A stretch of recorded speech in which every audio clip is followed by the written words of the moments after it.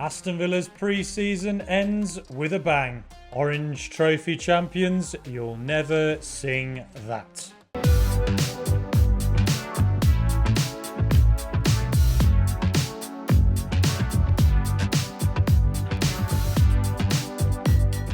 Hello and welcome to All Villa No Filler. Please like and subscribe if you love the mighty Villa.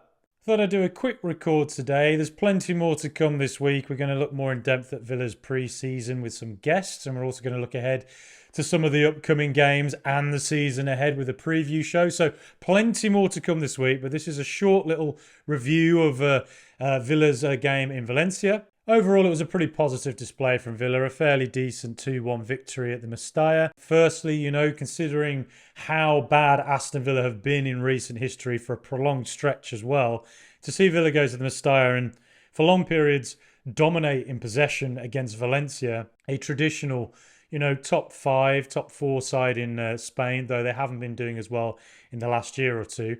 To see Villa go and do that 2 days after dominating Lazio, it's pretty great, isn't it? It does feel good, though, of course, this is just pre-season. But I think Villa in the first half weren't totally great, though largely dominated, I thought. Valencia kind of sat off for a while before, after the drinks break, Valencia finally put on quite a bit of pressure, and that seemed to slightly disrupt Villa and was probably the kind of practice we actually needed. But I think if you were to look at the first half, two things of note. One was that Pau Torres at left back with Leon Bailey ahead of him on the left. That didn't quite work. I think both were playing in quite unfamiliar positions. So you're probably not going to get the best out of them just yet playing in those roles.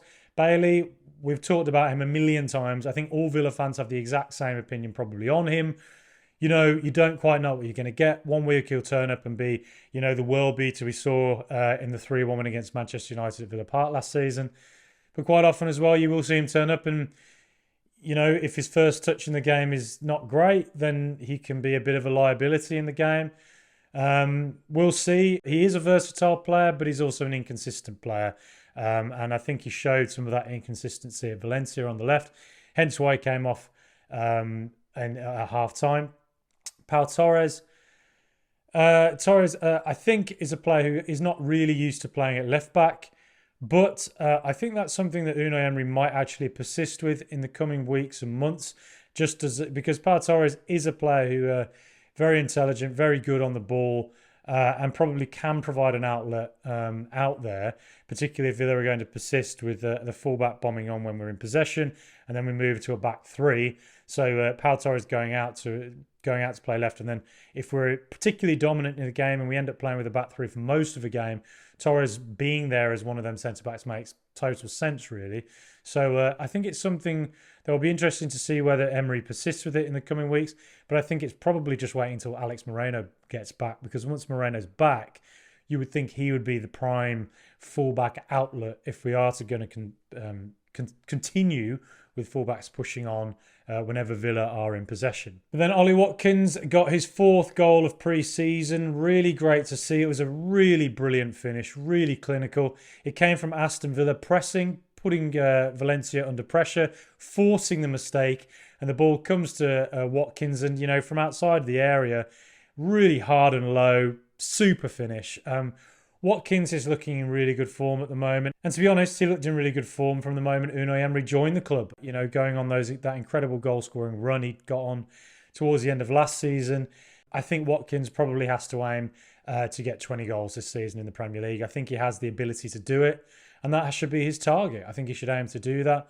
I think the one concern for Aston Villa is that if Ollie Watkins does get injured, I'm not really sure just yet that Archer and Duran can really fill that gap, though I believe that both have real talent.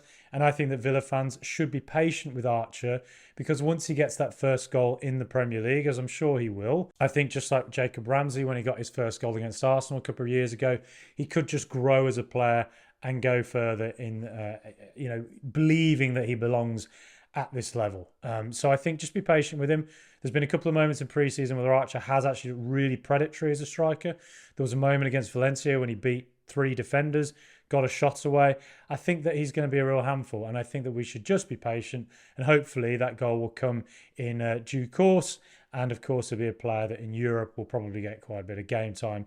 And, as the main backup striker, will get game time in the Premier League too. Second half, I think they took out Torres and went with Luca Dean at left back. I think Villa looked good, looked far more dominant in the second half. Coutinho was a starring role, and I think the way the game went, considering that he was finding a lot of space, I'm not convinced he'd find that space so readily in the Premier League or in more competitive games. Though I think that the way that Valencia set up, I think finding that space might be reflective of what Coutinho could do, particularly in the Conference League, if Villa are to progress quite far in that tournament. I do think that's where Coutinho could be at his best. I said on the podcast recently that I think that were a bid to come in for Coutinho and to get his wages off the books, I think I sort of sit down where I would be willing to see him go, though I understand that's a very divisive opinion.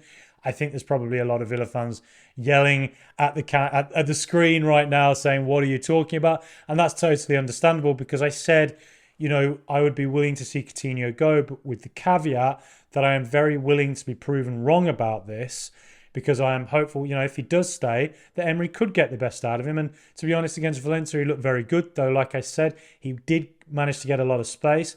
But the second goal, it came from Coutinho working really hard, pressing the Valencia player into a mistake, just like the first goal, pressing Valencia into a mistake. Good to see Villa working hard from the front. And then Coutinho, it was a fantastic ball into Buendia. And again, a super finish from Emi Buendia, who has shown signs again in pre-season that maybe the competition that's in place at Villa now with Moussa Diaby particularly, that Buendia can lift it. He was fantastic against Newcastle, and Newcastle who Villa playing next. I would veer towards thinking that Buendia is going to start ahead of Bailey in that game on the left. So we shall see. I think it was a positive signing display again from Buendia, but as I said with Coutinho, it was the kind of display that I think might have been instructive that he's a player who can be very influential in Europe particularly. So that's it really. Aston Villa are the Orange Trophy champions. As winning trophies, whatever they are, is nice to see. 6 games in pre-season, 3 wins, 3 draws, 4 goals for Ollie Watkins. I think Buendia looked good. Douglas Luiz, absolutely fantastic. Yuri Tielemans looks like a real super signing so far. A player who can fit beside Douglas Luiz, provides so much depth in centre midfield, but somebody who can also come in and replace Luiz when needed. This is going to be crucial when Villa play that Thursday to Sunday run of games, something that, to be quite frank, as a football team, we're not really used to. We haven't done it for a long time, so it's going to be very helpful to have that strength in depth. I think John McGinn has looked really good. I think he's looked quite, talismanic at times. He looks very confident. His positioning's really good. I think he's going to get more assists and goals this season, just looking at where he's playing. I think he'll play as a second striker more often this season as well. I think McGinn definitely is one to keep an eye on this season as a real talisman for Villa, and I think he might be peaking as a player with his ability and his age. It's super to see McGinn playing the way he has in pre-season, and I see no reason why we shouldn't be excited about what he can potentially do this season. But, it is only pre-season. There have been teams before that have played really well in pre-season, won all their games, and then suddenly it's all gone wrong in the Premier League. I see no sign why Aston Villa should fear that's going to happen. I don't think it will. Newcastle will be really tough. And I think what could happen is that with Aston Villa's sort of new approach, particularly with the back three, there could be some teething issues in the first weeks and months with Villa. So I think, again, just got to be patient as we transition into this style. With the new players as well, we just got to be patient because some of them might not hit the ground running immediately. And, Newcastle is a very, very tough place to go. But I see no reason why Aston Villa fans shouldn't be positive about what can happen this season. I see no reason why we shouldn't be excited about, the strength in depth, about the manager we have, and about just the feeling of positivity that is running through the team. And some of the football that's been on display this pre-season, particularly going forward, has been absolutely fantastic. So I think Villa, we've got to be positive, haven't we? We've got to be really hopeful that this is a season where Villa can do something, potentially very special. But as I say, there will be more from us this week, more in-depth coverage. So look out for that. It's going to be some interesting guests, I'm sure. But, Thanks for watching. I'm positive about Aston Villa. I hope you are too.